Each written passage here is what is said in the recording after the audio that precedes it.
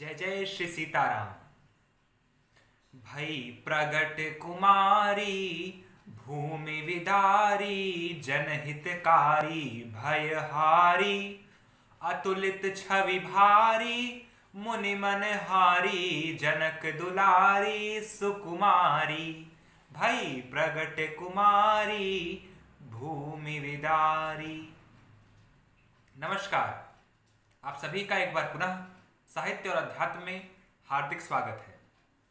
वैशाख मास के शुक्ल पक्ष की नवमी तिथि अत्यंत पुण्यमय है।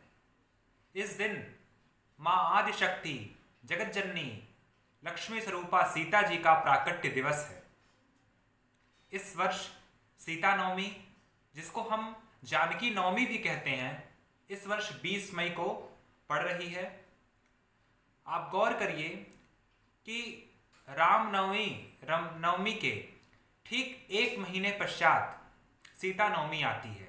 जैसे आप ध्यान देंगे, जन्माष्टमी के 15 दिन बाद राधाष्टमी आती है, उसी तरह रामनवमी के एक महीने बाद सीता नवमी आती है। 21 अप्रैल 2021 को रामनवमी पड़ी थी और 20 मई को सीता नवमी पड़ रही है। सीता नवमी के दिन लक्ष्मी स्वरूपा मां सीता का प्राकट्य दिवस है। जिस तरह हम भगवान राम की उपासना करते हैं, उसी तरह हमें मां सीता की उपासना करनी चाहिए, क्योंकि भगवान राम की जो शक्ति है वो मां सीता है। बेहद कम लोग इस बात से अवगत हैं कि सीता नवमी क्यों मनाई जाती है। सीता नवमी के दिन मां सीता का जन्म हुआ। इसकी कथा इस प्रकार है, आप सुने ध्यान से। कहते हैं सीता नवमी की कथा सुनने से हमें सभी तीर्थों और एक बार पृथ्वी दान करने के समान फल मिलता है। सीता नवमी जो है, यह राजा जनक जो मिथिला के राजा थे, मिथिला अब जो है जनकपुर कहलाती है और अब नेपाल में है। वही जनकपुर के राजा श्री जनक जी, उनकी कोई संतान नहीं थी। एक बार की बात है, उनके जो नगर में अकाल पड़ गया, सूखा पड़ गया, खाने के लाले पड़ गए, वर्षा हो ही नहीं रही थी, जमीन बंजर हो गई एकदम।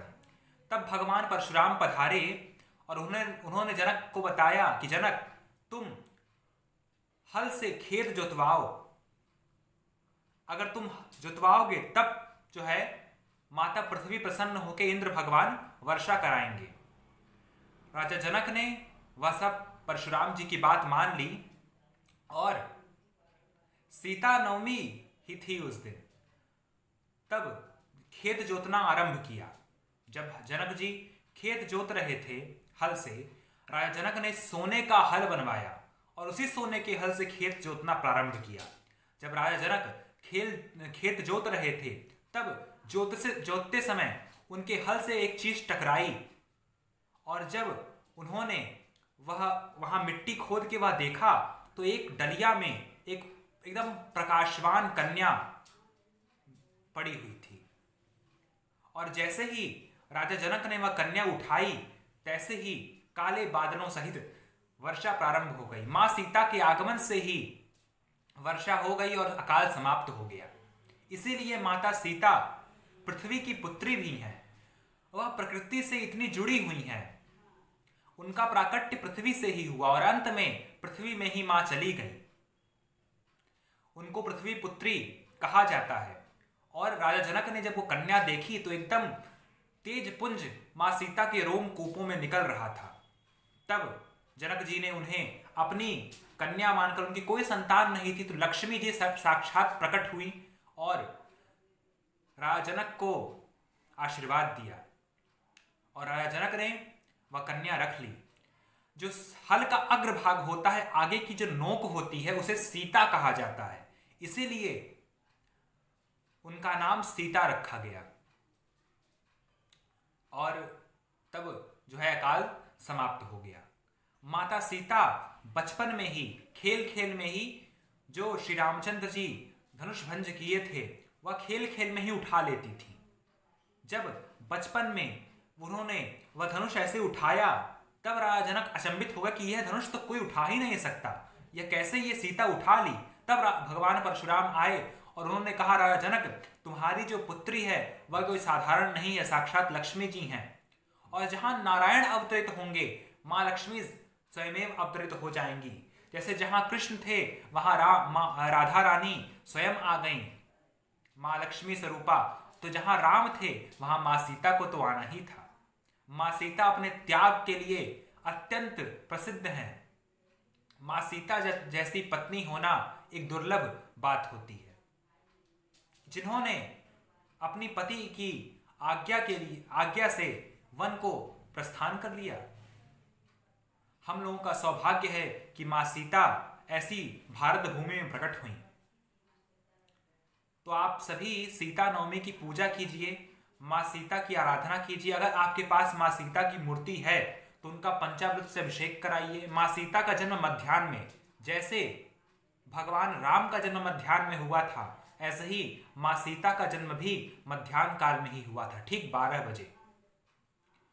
तो अगर मूर्ति है तो स्नान कराइए, मूर्ति नहीं भी है तो आप सादा पूजा कर सकते हैं। लेकिन इस बात का आपको ध्यान रखना है कि माँ सीता की पूजा भगवान राम के बिना अधूरी है, क्योंकि वह इनकी शक्ति हैं। जैसे श्री कृष्ण की शक्ति श्री राधा रानी है, उसी तरह श्री राम की शक्ति श्री सीता जी हैं। तो आपके पास अगर राम दरबार हो तो बेहद अच्छी बात है, आप उनका पूजन कीजिए, अर्चन कीजिए। मध्याह्न में उन्हें पंचामृत से अभिषेक कराइए, भोग लगाइए, आरती कीजिए और उल्लास के साथ सुरक्षित तरीके से यह पर्व मनाइए, क्योंकि इस बार हम ज्यादा सामग्री इकट्ठा नहीं कर पाएंगे। तो जो सामग्री हमारे पास उपलब्ध हो पाए उन्हीं सामग्रियों से हमें उपासना करनी है। तो आप पर्व मनाइए। और इस दिन अगर महिलाएं माँ सीता की पूजा करती हैं तो उन्हें अखंड सौभाग्य की प्राप्ति होती है। सुहागिन महिलाओं को इस दिन पूजा अवश्य करनी चाहिए। इस दिन यह पूजा करने से उनके पति की लंबी आयु होती है। और माँ सीता के जन्म का जो व्रत रखता है उसे भूमिदान और तीर्थ दर्शन का फल मिलता है। तो बेहद पुण्यमय यह दिन है। इसीलिए कहा गया है कि भई प्रगट कुमारी भूमि विदारी जनहितकारी भयहारी अतुलित बल भारी मुनि मन हारी जनक दुलारी सुकुमारी। इस वर्ष 20 मई को आप सभी उल्लास के साथ माँ सीता का प्राकट्य दिवस मनाइए। आप सभी पर माँ सीता की कृपा दृष्टि बनी रहे। इन्हीं शुभकामनाओं के साथ सीता नवमी के सभी को बधाई हो। तब तक के लिए धन्यवाद। फिर मिलेंगे एक अन्य वीडियो के साथ। जय जय श्री सीताराम।